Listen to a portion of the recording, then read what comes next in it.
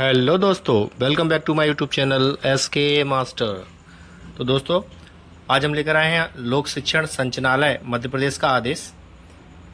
आदेश क्रमांक है 1997, भोपाल, दिनांक 22/9/2023। प्रति है समस्त संभागीय संयुक्त संचालक लोक शिक्षण मध्य प्रदेश। विषय है उच्च पद प्रभार की कार्रवाई के संबंध में। जैसा कि विदित है, जनवरी से उच्च पद प्रभार की कार्रवाई प्रचलन में है और इस हेतु ये आदेश जारी किया गया है।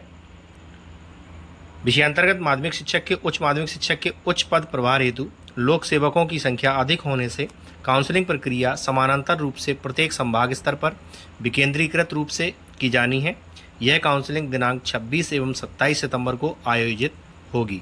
इस हेतु संचालनालय स्तर से संभागवार लोक सेवकों एवं रिक्त पदों की सूची उपलब्ध कराई जा रही है।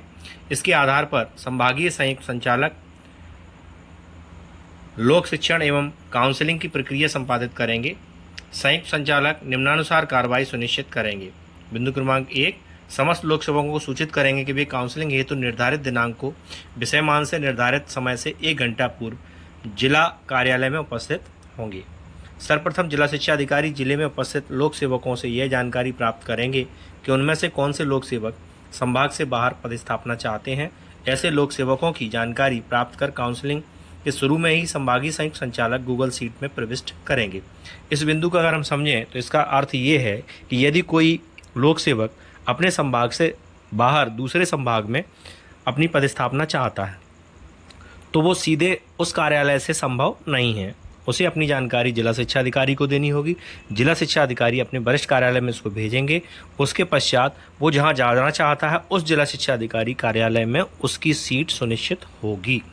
उसके पश्चात उसके आदेश जारी होना संभव हो पाएगा। अगला बिंदु देखें, समस्त संयुक्त संचालक ऐसे लोक सेवकों की विषयमान से जानकारी पूर्व से ही संबंधित संयुक्त संचालक को अवगत करा देंगे तथा संबंधित संयुक्त संचालक एवं अन्य संयुक्त संचालकों से संवाद कर संबंधित लोक सेवकों को वरिष्ठता क्रम में साला आवंटित कर सकेंगे।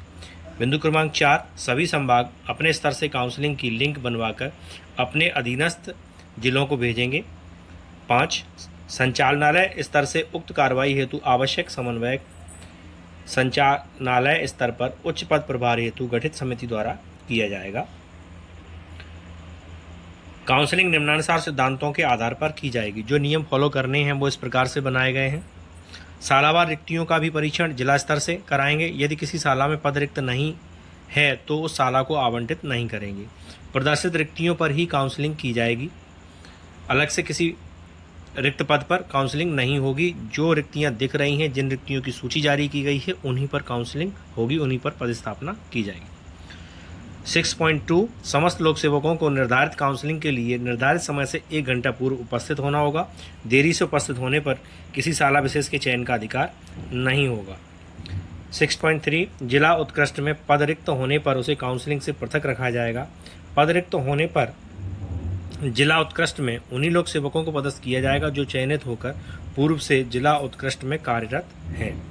6.4, सीएम राज्य में चयनित होकर पदस्थ लोक सेवकों को सीएम राज्य में पद रिक्त होने पर सीएम राज्य में ही यथावत पदस्थ किया जाएगा। 6.5, डाइट, सीटीई, आईएएसई के लोक सेवकों को सहमति की दशा में उसी कार्यालय में रिक्त पद पर प्राथमिकता दी जाए, किंतु एमएड अथवा एमए एजुकेशन होने पर ही उच्च पद प्रभार दिया जाए। अगला बिंदु है, यदि किसी लोक सेवक को अंतर निकाय सम्मिलन हुआ है तो वरिष्ठता चेक करने के बाद ही उस लोक सेवक की काउंसलिंग करेंगे। लंबे समय तक अनुपस्थित लोक सेवकों को जानकारी चेक करेंगे तो ये वरिष्ठता पर प्रभाव डालेगा। बिंदु क्रमांक 6.6, तो इसको चेक करने के बाद ही उसे जो है वरिष्ठता के आधार पर उसकी काउंसलिंग होगी।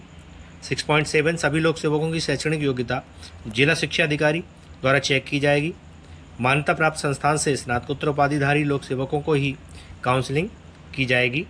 6.8, प्रत्येक लोक सेवक से सहमति असहमति का प्रपत्र प्राप्त कर लिया कर जिला शिक्षा अधिकारी अपने प्रति हस्ताक्षर कर रिकॉर्ड में सुरक्षित रखेंगे। अंतिम बिंदु है 7, यहाँ यह पुनः स्पष्ट किया जाता है कि काउंसलिंग में संयुक्त संचालक व्यक्तिगत रूप से उपस्थित रहेंगे तथा इस हेतु आवश्यक कंप्यूटर, इंटरनेट, दक्ष कंप्यूटर ऑपरेटर इत्यादि की व्यवस्था सुनिश्चित करेंगे ताकि काउंसलिंग बिना बाधा के समुचित रूप से संचालित हो सके एवं लिंक राज्य स्तर से भेजी जाएगी, जिसमें संयुक्त संचालक जुड़े हुए रहेंगे तथा आवश्यकता होने पर मार्गदर्शन प्राप्त कर सकेंगे। आयुक्त द्वारा अनुमोदित के द्विवेदी, संचालक लोक शिक्षण मध्य प्रदेश।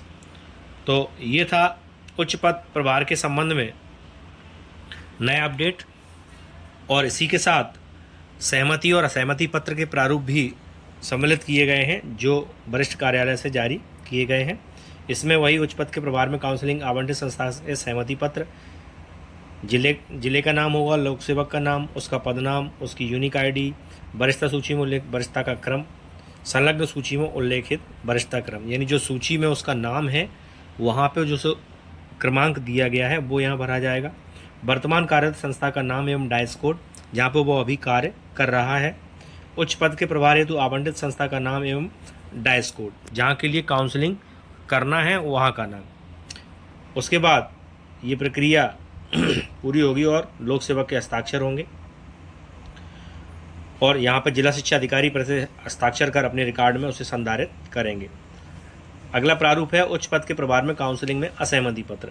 यदि कोई लोक सेवक उच्च पद का प्रभार नहीं चाहता है तो उसे अपनी असहमति देनी होगी और उसमें वो लिखेगा कि मैं अपना नाम, यूनिक आईडी और उसका वर्तमान पद पर साला में पदस्थ हूँ, यानी उसकी वर्तमान साला जहाँ पे वो कार्य कर रहा है, दिनांक सितंबर 2023 को उच्च माध्यमिक शिक्षक से उच्च माध्यमिक शिक्षक के उच्च पद के प्रभार हेतु असहमत हूँ। यदि मुझसे कनिष्ठ लोक सेवकों को उच्च पद का प्रभार दिया जाता है तो मैं उनके अधीनस्थ प्रशासकीय नियंत्रण में कार्य करने हेतु सहमत हूँ तथा इसमें मुझे कोई आपत्ति नहीं है। लोक सेवक के हस्ताक्षर, लोक सेवक का नाम, पद, जिला, दिनांक, प्रति हस्ताक्षर, नाम, जिला शिक्षा अधिकारी और जिला। तो ये थी उच्च पद प्रभार के संबंध में वरिष्ठ कार्यालय